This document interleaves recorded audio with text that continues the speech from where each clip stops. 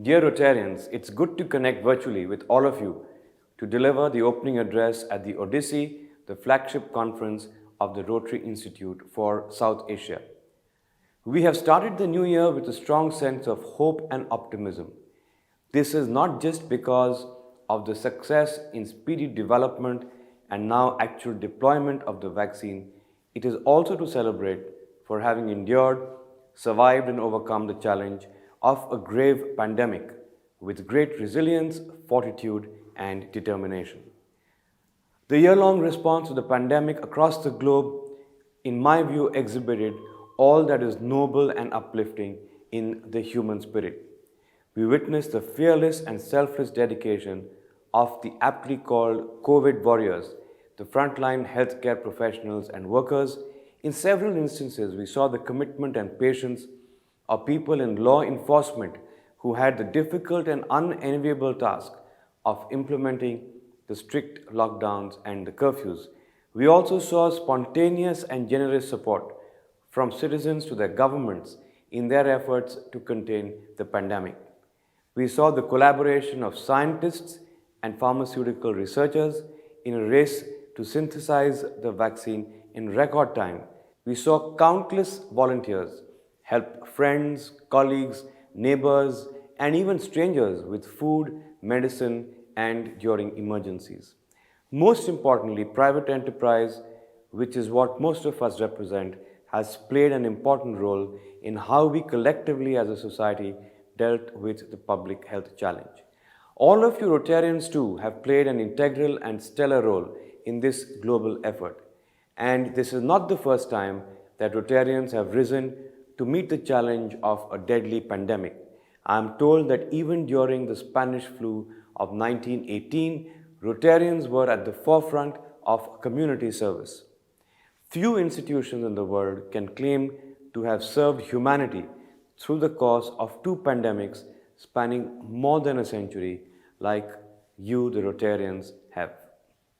Even for corporations, a crisis of this magnitude serves as a reminder of our responsibility to give back to society. True to our legacy, the Aditya Birla Group curated a multi-pronged approach to help local communities fight COVID-19. Apart from the 500 crore financial contribution towards COVID relief measures, our group distributed several 100,000 masks, PPE kits, disinfectants, and food packets to the needy. We also earmarked hundreds of beds for COVID-19 patients in our hospitals across the country. Every unit in every corner of the world selflessly came to the aid of the local community. Personally, I was energized to see so many people in the corporate landscape, large and small, readily and spontaneously join this collective effort to alleviate the pain caused by this pandemic. The experience of the past year reinforces the criticality and the importance of the role played by corporations in societies at large. As you know, more than three-fourths of the world's income, output, and employment comes from private enterprise. Much of the economic activity around the world works in a system of free market enterprise whose sole purpose traditionally has been the maximization of economic value, which is profit. It has been a maxim that legitimate private pursuit of wealth leads to collective prosperity, which means that when the corporate sector does well, so does the public treasury, since it garners precious tax revenues which are used for social good. This conventional role of the corporation as merely pursuing legitimate profits has been the basis for shareholder capitalism. Indeed, it was Nobel laureate Milton Friedman who famously and rather pithily said, "The social responsibility of business is to increase its profits." Ironically, the 50th anniversary of that famous statement was right in the middle of the pandemic. That statement had weight and logic, which explains its longevity, but this view is now changing. No less an organization than the Business Roundtable, an apex association of CEOs of America's top companies, issued a statement in 2019 that has substantially redefined the purpose of a corporation. It was signed by nearly 200 top CEOs, including those of JP Morgan, Apple, Walmart, Amazon, and many others. Their joint statement essentially indicates that the paradigm for corporations is moving from just shareholder capitalism to now stakeholder capitalism. That is, corporations should not just focus on maximizing shareholder value, that is, profits, but also include the well being of employees, the environment, suppliers, and in fact, communities at large. The words of Friedman, which were once treated as gospel, are therefore now being questioned. The new maxim is that the social responsibility of the corporation goes much beyond shareholder value maximization. It has to simultaneously enhance the well being of all its stakeholders. But I dare say that it must not only balance the competing interests of many stakeholders, but must also earn the implicit license to operate in society at large. This license is not like the conventional license permit Raj, which was dismantled in India 30 years ago. This is what I refer to as the new paradigm for corporate citizenship. It is not only about obeying the laws and regulations, which now increasingly apply to welfare of employees and environment compliance in the context of shareholder capitalism, but it is much beyond just obeying laws. Laws and regulations have a tendency to tighten, and unprepared corporations might find them tedious. But good corporate citizenship is going way beyond such legal compliance. It is about moral and ethical behavior. Indeed, Peter Drucker, the father of management, said that all successful business stands on the foundation of morality. It is almost as if the corporation is not merely an inanimate thing, but it is also expected to be humane, ethical, have empathy, and be a caring friend of society. Strong corporate governance is what gives increased legitimacy to the corporation. Thus, in this new paradigm, the license to operate has to be earned, and that is one of respect, credibility, and acceptability. It signifies genuineness, the willingness to match word and deeds, the willingness to abide by certain principles or a code of ethics, no matter what. Such social acceptance is something that has to be earned, and no government or licensing authority can grant it. This Business Roundtable statement was preceded by India's landmark 2013 CSR law. In hindsight, India's CSR law looks remarkably enlightened, and India is possibly the only country in the world which mandates that 2% of after-tax profits of companies be compulsorily spent on CSR. Corporations like us have, of course, been engaged in what is now called as CSR for more than a century.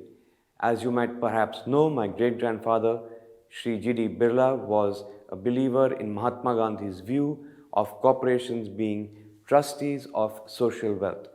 That spirit has always manifested in our community engagements. It is humbling to know that today we touch the lives of over 9 million people across the country through our CSR efforts. Our efforts on the CSR front are very ably led by my mother, Mrs. Rajeshri Birla. Good corporate citizenship is not merely lip service to stakeholder capitalism, nor is it just a tick mark compliance of rules and regulations. It's much, much more. These are not just motherhood statements, or as some critics have called it, greenwashing. Let me list some of the requirements of being a good corporate citizen in my view. One of the first requirements of being a good corporate citizen is not about an external marker, but reflects the internal character of an organization. This is about having an internal code of ethics. These are the values of the organization, which are its very foundation. These should be known and articulated, that too frequently. They should be visible in day-to-day practice and lived on a daily basis.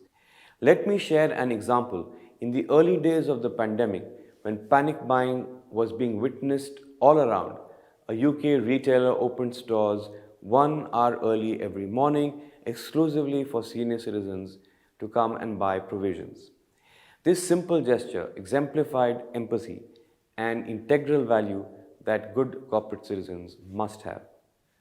The second thing about being a good corporate citizen is a very simple principle, which is do no harm. Any corporation's activities have external impact. So, good corporate citizenship calls for minimizing negative externalities, be it air pollution, water and effluent discharge, etc.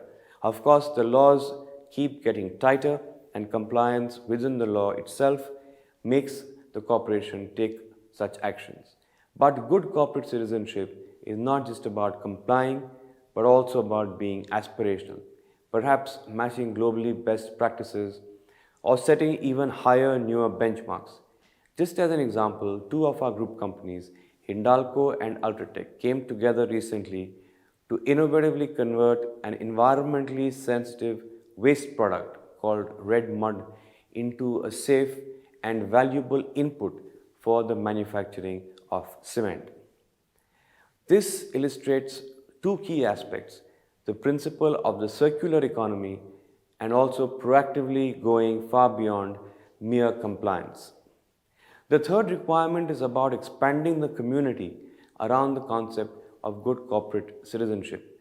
This calls for associating with suppliers who will abide by your code of ethics and thereby increase the community of the like minded to infect the traits of good corporate behavior. Responsible corporations must not just evangelize but also persuade others to join the bandwagon. This should become a movement led by the private sector and not forced by governments and regulation. For example, our fiber business insists on sourcing wood pulp, its main raw material, only from suppliers who practice sustainable forestry. I'm sure that such behavior will soon reach a tipping point. The fourth dimension is the culture of volunteering. Employees on their own can actually do much more, which eventually enhances the stature of their employer. For instance, volunteering time for community service, donating in cash and kind, or mentoring children and youth. Let me give you an example here.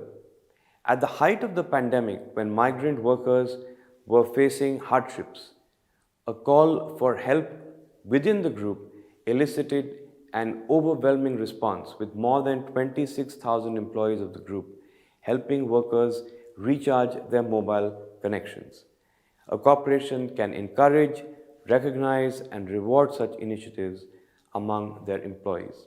It's important to recognize that good corporate citizenship does not mean ignoring the conventional metrics of shareholder value, customer satisfaction, profitability, good financial health, and growth.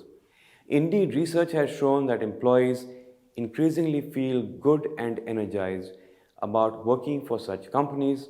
Consumers are willing to pay extra to buy the products and services of such companies, and investors are willing to value such companies at a premium. So there are clearly tangible benefits. The long-lasting institutions of modern time are also organizations such as the Oxford University, Harvard University, Red Cross, and of course the Rotary International. Even though these are non-profit organizations, some of the principles that have helped their longevity can also guide the evolution of a corporate citizen. For instance, I know that the four criteria which guide Rotarians and their actions are: is it true? Is it fair to all? Does it build goodwill? And does it benefit all? In my mind, these are simple yet powerful thumb rules to guide the decisions of corporations as well.